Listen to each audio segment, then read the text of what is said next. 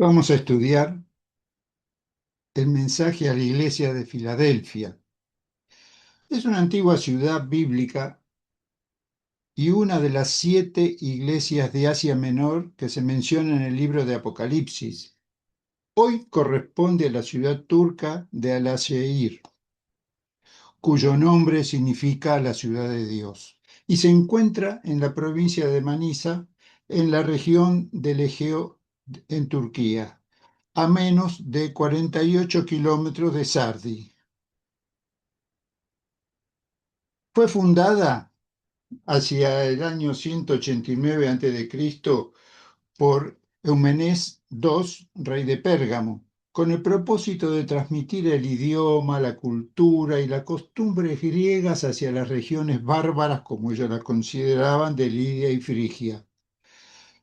La ciudad recibió el nombre de Filadelfia en honor al hermano de este rey, Átalo II, célebre por su fidelidad fraterna, que le valió el sobrenombre de Filadelfo, el que ama a su hermano. Fue una ciudad fundada sobre una tierra fértil para el cultivo de la vid, de manera que pasó a ser el centro de la industria del vino en la región. Por ello, la deidad principal de la ciudad era Dioniso, el dios griego del vino, la fertilidad, la fiesta, el teatro y el éxtasis. Más tarde, en el 139 a.C., el último monarca de Pérgamo, Átalo III Filométor, al carecer de heredero, legó su reino, incluida Filadelfia como ciudad y sus alrededores, a sus aliados romanos. Con ello, Roma estableció la provincia de Asia, integrando Jonia y el antiguo reino de Pérgamo en una nueva estructura administrativa. La iglesia de Filadelfia es recordada en la tradición cristiana como la iglesia fiel, y esto la distingue de la mayoría de las otras 6 congregaciones mencionadas en el libro de Apocalipsis, y a diferencia de ellas, no recibe ninguna reprensión de parte del Señor, sí reconocimiento por sus obras y le da promesas. Por ello, Filadelfia se convierte en un modelo ejemplar para toda comunidad cristiana de todas las épocas, llamada a perseverar en la fe y en la obediencia durante el tiempo de gracia, hasta la venida gloriosa de Jesucristo. Leemos el pasaje de Apocalipsis capítulo 3, versículo 7 al 13, en la versión Reina Valera revisada 1960. Y dice así: escribe al ángel de la iglesia en Filadelfia. Esto dice el santo, el verdadero, el que tiene la llave de David, el que abre y ninguno cierra, y cierra y ninguno abre. Yo conozco tus obras. He aquí, he puesto delante de ti una puerta abierta, la cual nadie puede cerrar. Aunque tienes poca fuerza, has guardado mi palabra y no has negado mi nombre. He aquí yo entrego de la sinagoga de Satanás a los que se dicen ser judíos y no lo son, sino que mienten. He aquí yo haré que vengan y se postren a tus pies y reconozcan que yo te he amado. Por cuanto has guardado la palabra de mi paciencia, yo también te guardaré de la hora de la prueba que ha de venir sobre el mundo entero, para probar a los que moran sobre la tierra. He aquí, yo vengo pronto. Retén lo que tienes, para que ninguno tome tu corona. Al que venciere, yo lo haré columna en el templo de mi Dios, y nunca más saldrá de allí. Y escribiré sobre él el nombre de mi Dios y el nombre de la ciudad de mi Dios, la nueva Jerusalén, la cual desciende del cielo, de mi Dios, y mi nombre nuevo.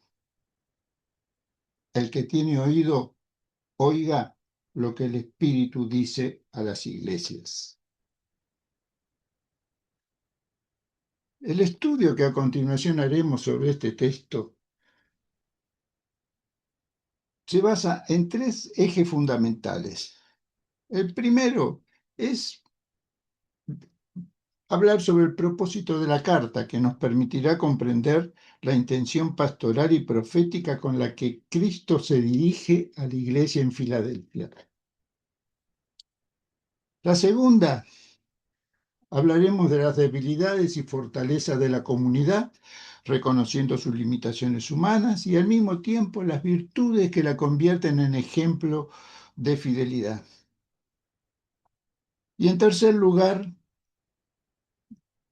nos dedicaremos a estudiar bien las promesas de alcance eterno, identificando las recompensas espirituales que trascienden el tiempo y se proyectan hacia la plenitud del reino. De manera que ahora, hablando del primer tema, el objetivo de la carta, podemos decir que el propósito central de este mensaje es alentar a la perseverancia en la fe cristiana, reafirmando la soberanía de Jesucristo sobre el destino de su pueblo, incluso frente a toda oposición externa.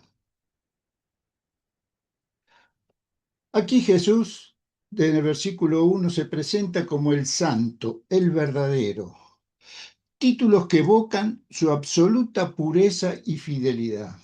No es simplemente alguien que posee santidad, sino que él mismo es la fuente de toda santidad.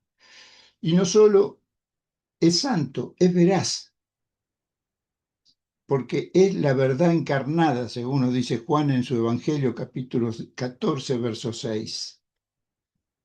En esta carta, además, se presenta con un único título y majestuoso que no están en las otras cartas: el que tiene la llave de David, aquel que abre y nadie puede cerrar, y que cierra y nadie puede abrir.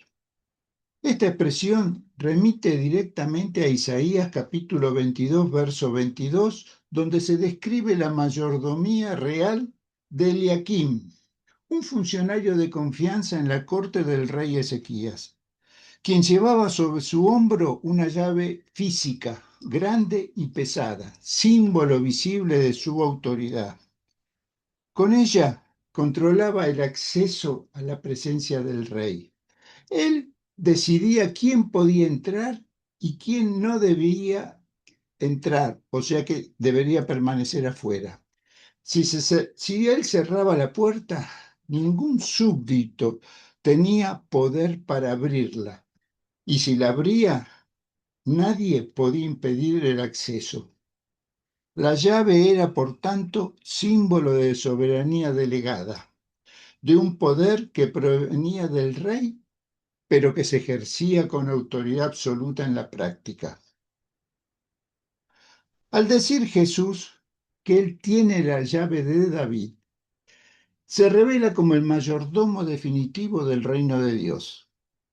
Él no es un delegado temporal como Eliaquim, sino el Hijo Eterno, heredero legítimo del trono davídico. Él administra el acceso a la presencia del Padre. Ella lo había dicho: ninguno vendrá al Padre si no es por mí.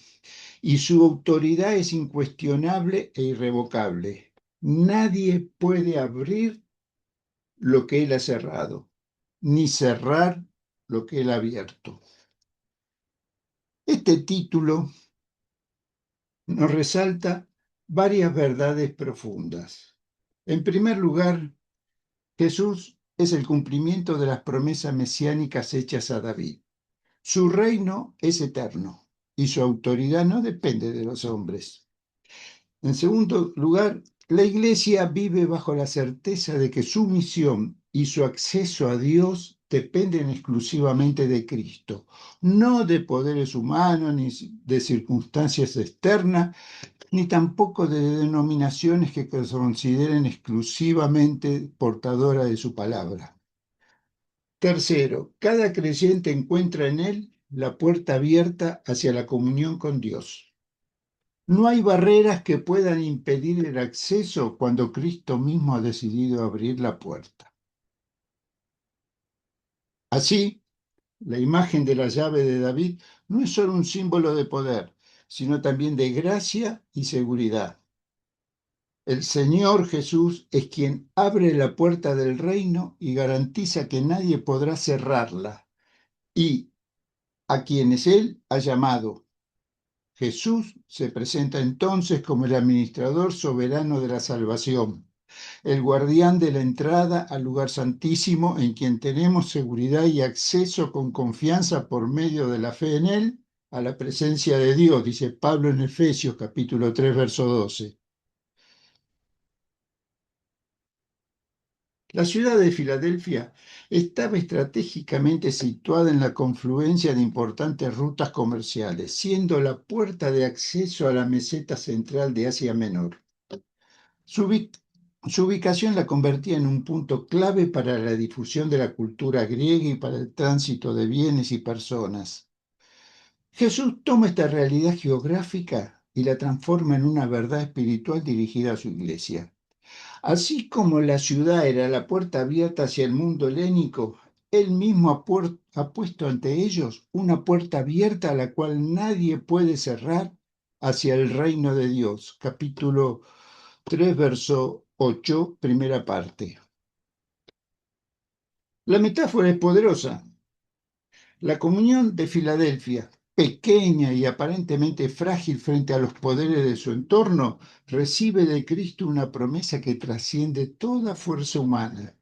La puerta que él abre no depende de la protección del Imperio Romano ni de la aceptación de la sinagoga local, sino de la autoridad soberana del Señor que posee la llave de David. Esa puerta abierta no es solo un acceso, sino una vocación misionera. La Iglesia es llamada a anunciar el Evangelio con valentía, sabiendo que su misión no puede ser frustrada por oposición externa. Al mismo tiempo, la promesa tiene un sentido escatológico y eterno. La puerta abierta garantiza un acceso irrevocable a la presencia de Dios. Pablo lo expresa así a los colosenses: cuando Cristo, vuestra vida, se manifieste, entonces vosotros también seréis manifestados con Él en gloria. Colosenses capítulo 3, verso 4. La puerta abierta es, por tanto, la certeza de que la comunión con Cristo culminará en la gloria eterna, más allá de toda circunstancia terrenal por la que podamos pasar. La razón de esta gracia es clara y profundamente espiritual y ética. La comunidad la recibe porque ha guardado mi palabra, dice el Señor, y no has negado mi nombre. Segunda parte del versículo 8. En un contexto de presión social y religiosa, mantenerse fiel a la palabra y confesar el nombre de Jesús era un acto de resistencia espiritual, y lo sigue siendo hoy día. La fidelidad que llevó a la iglesia de Filadelfia, aunque humilde y aparentemente débil, es reconocida por el Señor como suficiente para abrirles la puerta que nadie podrá cerrar. En suma, la imagen de la puerta abierta en Filadelfia une tres dimensiones: la histórica, la ciudad como puerta de acceso cultural y comercial; la misionera, la iglesia como puerta abierta para la proclamación del Evangelio y la entrada de los gentiles, de los judíos, de todos los redimidos, para ser redimidos por el Señor; y la escatológica, Cristo como puerta abierta para la gloria eterna. Así, la promesa de Jesús a Filadelfia se convierte en una invitación a toda comunidad cristiana a vivir con confianza en la autoridad de Cristo, perseverar en la fidelidad a su palabra y anunciar con valentía que la puerta del reino está abierta y nadie la puede cerrar. Ahora hablemos de las debilidades y fortalezas de la comunidad. Aunque la iglesia era reconocida como una pequeña comunidad en Filadelfia, ciudad llamada la pequeña Atenas por la abundancia de templos y festivales paganos, se mantenía íntegra y firme delante de Dios. La poca fuerza que menciona el Señor en el versículo 8 probablemente alude a su condición social y económica. pues la mayoría de sus miembros eran trabajadores humildes. Sin embargo, esa aparente debilidad escondía una gran fortaleza espiritual. Habían obedecido los mandamientos del Señor en medio de un entorno hostil y no habían ocultado su identidad cristiana ni su testimonio público, a pesar de las presiones sociales y religiosas de la época. Por ello, el Señor les reconoce: no has negado mi nombre.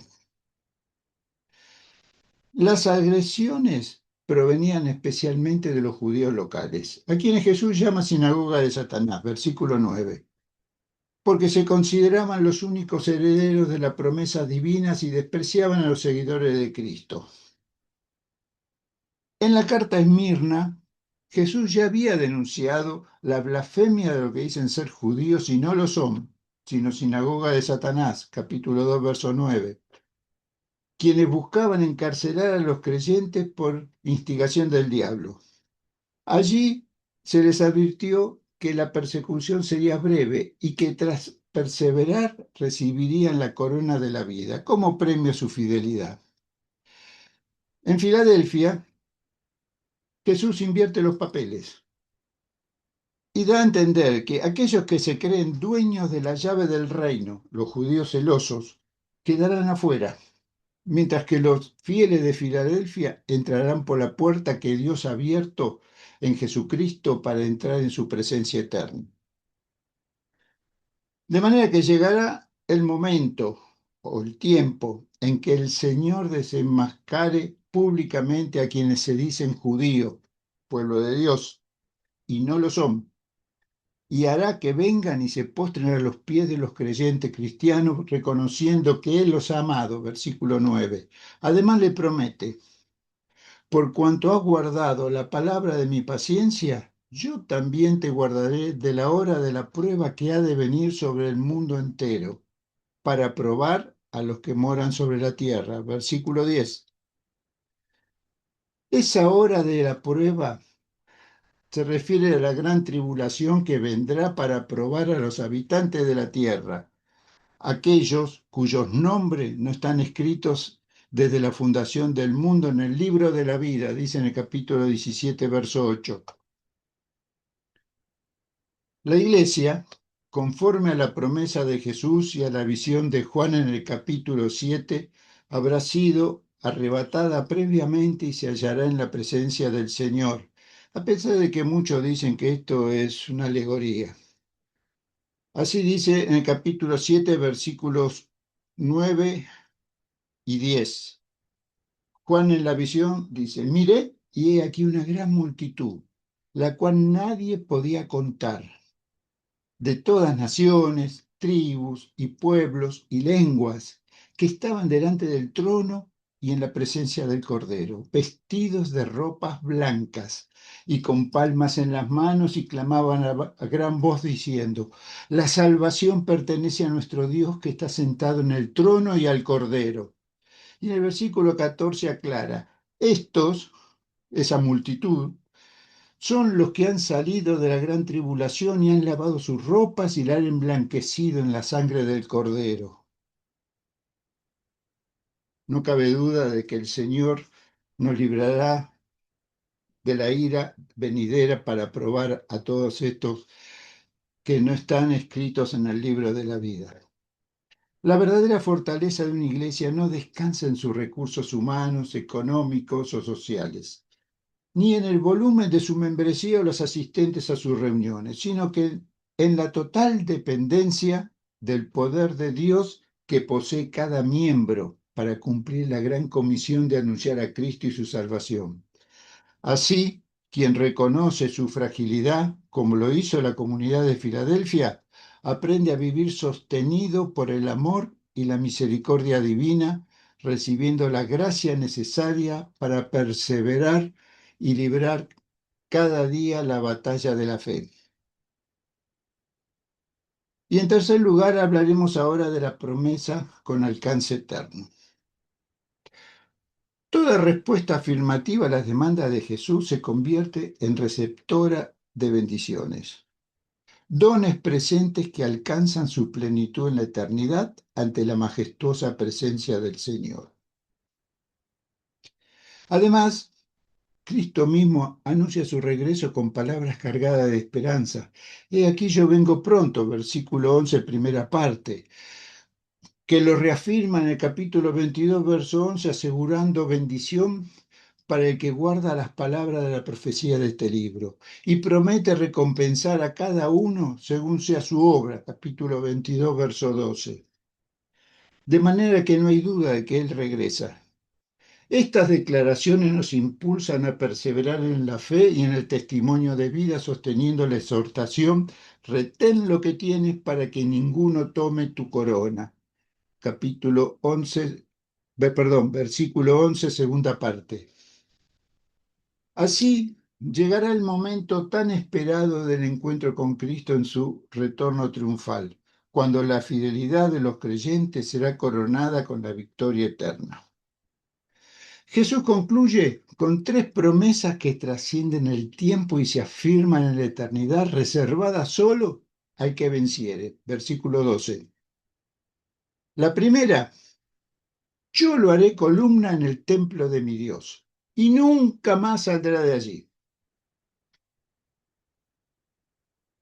Para entender esto, en el tiempo en que fue escrito, año 90 por ahí aproximadamente de nuestra era, se recuerda el terremoto del año 17 que devastó Sardi y otras 10 ciudades, y Filadelfia fue la que más sufrió las réplicas durante años.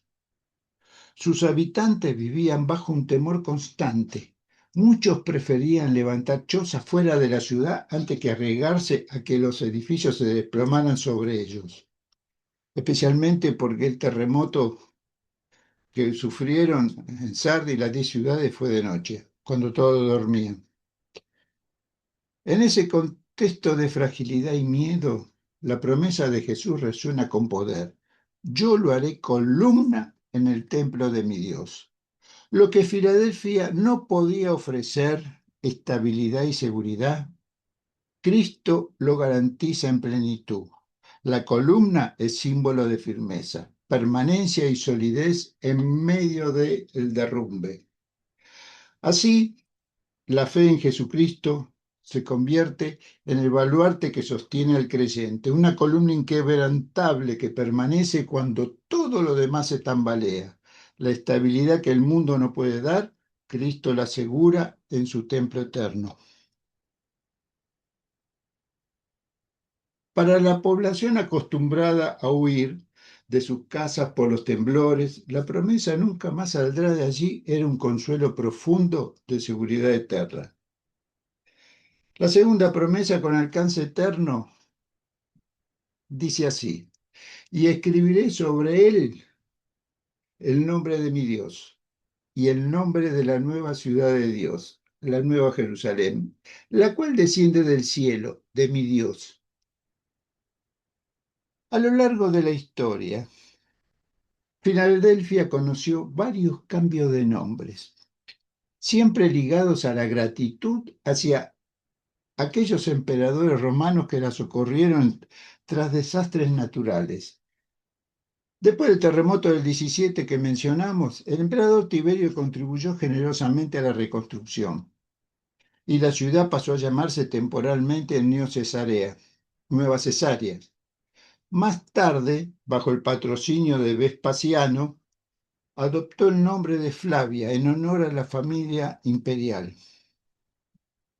De manera que los habitantes estaban acostumbrados a que la identidad de su ciudad cambiara el nombre según el poder humano que la protegiera. Sin embargo, esos nombres eran efímeros, temporales, sujetos al vaivén de los imperios y sus intereses. En contraste, Jesús promete al vencedor una identidad nueva y definitiva. Inscribir sobre él el nombre de mi Dios y el de la Nueva Jerusalén. Y esto no se trata de un título pasajero ni honra terrenal, sino de una pertenencia eterna. Jesús dice que lo temporal se convierte en eterno. En la marca indeleble que identifica al creyente como ciudadano del reino de Dios, cuya identidad desciende desde el cielo y permanece para siempre. Así, frente a los nombres cambiantes de Filadelfia, Cristo ofrece un nombre que no se borra ni se sustituye, una identidad estable y gloriosa, eterna, inscrita por el mismo Señor en quienes perseveran en la fe. Y la tercera promesa es, y mi nuevo nombre. Esta promesa se alza como una de las más misteriosas y conflictivas de toda la revelación. Difícil interpretar y comprender plenamente, pues solo se da desvelada cuando estemos en la presencia gloriosa del Señor. El nuevo nombre de Cristo apunta a un misterio divino, un nombre que nadie conoce, como tampoco se conoce el nombre secreto de Dios, y que únicamente Jesús conoce en su intimidad eterna porque Él mismo es Dios. De manera que podemos imaginar el estremecimiento que Juan tuvo al recibir esta visión cuando empezó a redactar la carta bajo la inspiración directa de Jesús. Su espíritu debió ser sacudido en lo más profundo, consciente de que en el tiempo señalado por Dios se revelaría ese nombre oculto, reservado para el final de los tiempos cuando Cristo inicie la restauración definitiva de toda la creación. La visión del Apocalipsis lo confirma. Juan contempla montado sobre un caballo blanco al Señor, coronado con muchas diademas, y en su cabeza lleva escrito un nombre que ninguno conoce, sino solo él mismo, dice Apocalipsis capítulo 19, versículo 12. Ese nombre insondable y sagrado será el que Jesucristo nuestro Señor dará a conocer a los suyos en su venida gloriosa. Así, el nuevo nombre no es un mero título, sino la manifestación plena de la identidad divina de Cristo, revelada en el momento en que Él inaugure la consumación de la historia y la victoria definitiva sobre el mal. Será el sello de su realeza eterna y el signo de su comunión perfecta con los redimidos, y la proclamación de que todo lo creado se encuentra con sentido y plenitud en él. De manera que concluimos este estudio diciendo que la carta a la iglesia de Filadelfia resalta la fidelidad de una comunidad pequeña y aparentemente débil, pero firme en su obediencia y perseverancia. Cristo les abre entonces una puerta que nadie puede cerrar, que es símbolo de acceso seguro a su reino y de misión confiada. La promesa de ser columna en el templo de Dios y de recibir su nombre nuevo revela la dignidad y estabilidad eterna que aguarda a quienes permanecen fieles. En medio de pruebas y oposiciones, la iglesia de Filadelfia se convierte en ejemplo de que la verdadera fuerza no está en el poder humano, sino en la confianza humilde y perseverante en el Señor. Aprendamos de la fidelidad de Filadelfia, y nuestras vidas resplandecerán como lucero de la mañana. Entonces se abrirán los cielos y veremos a Cristo descendiendo con sus brazos extendidos para recibirnos en su amor infinito. Allí, en la eternidad, seremos sostenidos por su gracia y permaneceremos para siempre en la comunión gloriosa de su presencia con Dios. El que tiene oído, oiga lo que el Espíritu dice a las iglesias. Oramos. Señor, hemos leído esta carta y son profundas y reveladoras tus palabras. Tu amor y misericordia nos conmueve. Señor, queremos estar ante ti para siempre, por toda la eternidad. Por eso, Señor, te rogamos que avives el fuego del Espíritu cada día en nuestro corazón para perseverar en la fe, en el testimonio y en la conducta. Queremos encontrarnos, Señor, con aquellos hermanos de Filadelfia en la eternidad y formar parte, Señor, de la columna del templo de Dios, allí en la Nueva Jerusalén, la ciudad celestial. Muéstranos, Señor, aquellas cosas que tenemos tal vez débiles para fortalecerla en la fe. Y permítenos, Señor, que en todo momento, en todo lugar, podamos seguir proclamando tu victoria para gracia y salvación de todo aquel que en ti cree. Oramos en el nombre de Jesús. Amén. Que el Señor le bendiga y lo guarde.